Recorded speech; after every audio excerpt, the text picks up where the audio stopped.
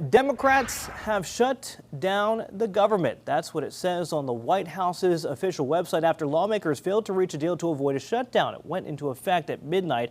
Republican leaders are putting all the blame on Democrats. They have gone as far as to put a banner up on the Housing and Urban Development Department's website blaming the, quote, radical left for the shutdown.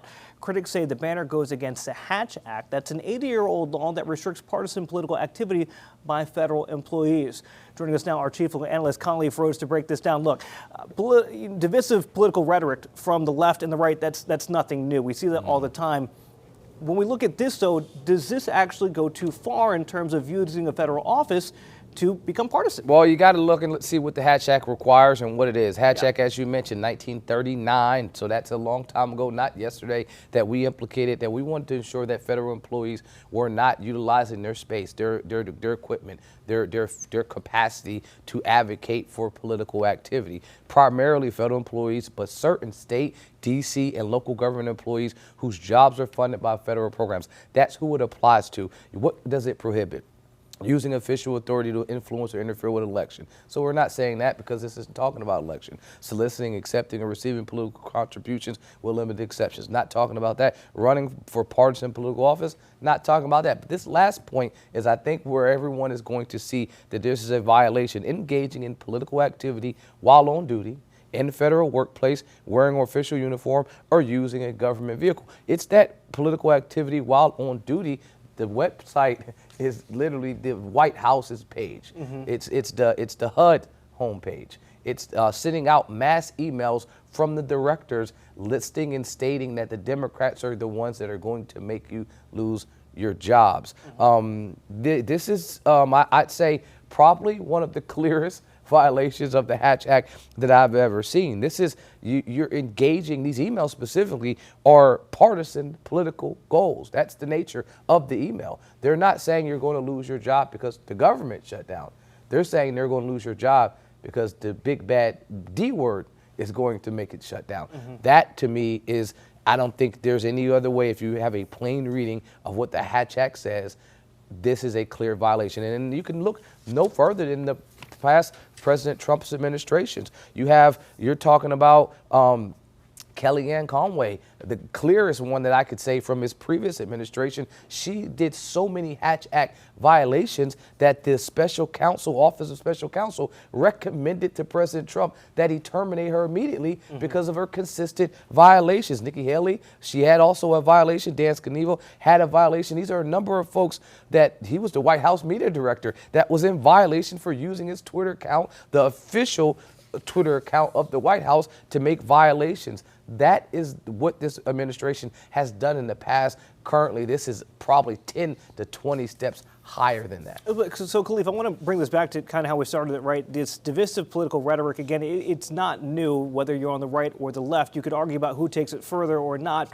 But how do you argue, say, during an election year, take it back to President Joe Biden when he was in office? If you make a political attack on one of your opponents while you're campaigning, but you're also president, aren't you in federal office? Would that not be a violation of the Hatch Act as well? No, it's not making an attack. It's the right here utilizing that space. So when you're campaigning is different. Right. This isn't a campaign. This is an actual, the capacity of this webpage is for you as an American citizen to go there and get information. Right. So I should be able to go to the HUD page and find out how can I get access to housing and urban development. I should be able to go to the VA page and find out how I can get with my Veterans Affairs. But this is an actual utilization of government funds for politicization. That is totally different. So when President Biden at the time was running and was attempting to be, candidate Biden, he was using campaign resources for those things. His speech may have been directed at his political adversary, but his funding of it was not. This is directly on the Hatch because it says exactly what they are intending to outlaw, which is the utilization of government funds for political activity.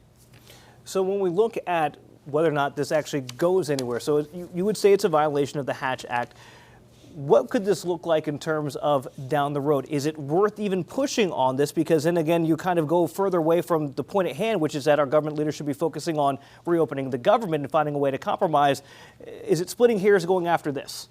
I mean, the first thing that I have to say is who'd go after it, right? You'd have any citizen can file a violation of the Hatch Act, and then the Office of Special Counsel should investigate and see if they have indeed done a violation of the act. But then after that, I think in this administration it's dead on arrival that even if you bring something like that forward, because the previous ones with Kellyanne Conway, they went nowhere. They went to the office of the president, and the president rejected their recommendation to terminate. But I mean, these again are steps further than that. And it's not just me. This is from attorneys and legal scholars that do this for a living. I mean, Washington Law School professor, yes, this is a clear violation. University of Minnesota law professor, coordinated nature of concerted lobbying efforts within and across government, which is a violation of the Hatch Act. This is scholar after scholar after scholar that is saying that this is exactly what the Hatch Act was intending to prevent. In these identical emails, that goes to the coordinated nature. So this is, again, the politicization and the utilization of federal funds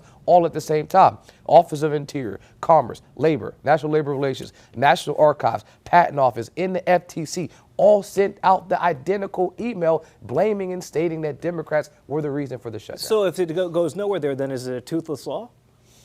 I don't know if it's a toothless law. I just think, and I've said this a number of times, we're at a fork in the road moment as a country. If we are a land of laws and we're a land of accountability, responsibility, and we are a democratic process, our laws have to mean something. Mm-hmm. Our criminal and our civil laws have to mean something. And so if you have the deterrent effect, if you're attempting to say, hey, that Hatch Act is out there, and because you know there'll be a penalty connected to it, you don't want to violate it, then folks will be less likely to violate it. But when you don't have any type of harsh punishment, like back in the Trump administration version 1 and with the Kellyanne one, she kept her job. So there was no teeth behind it. Right. There was only bark, but no bite. And so when you do things like that, it doesn't de-incentivize you to want to commit these violations. It's not deterring you. It's not having the impact that it should. But I'd say in previous administrations it would, because in the past, if someone was even suspected of having a Hatch Act violation, there would have been an immediate press release. Someone would have stated, hey, this was close, but we actually didn't do it. We didn't intend to do it. This is an intentional response, which is different than an accident. We will see what comes of it, a definite sign of change of times. I think that's fair to say. Chief Legal Analyst Khalif, thank you. Queen City News Plus. Just search Queen City News on your smart TV's app store.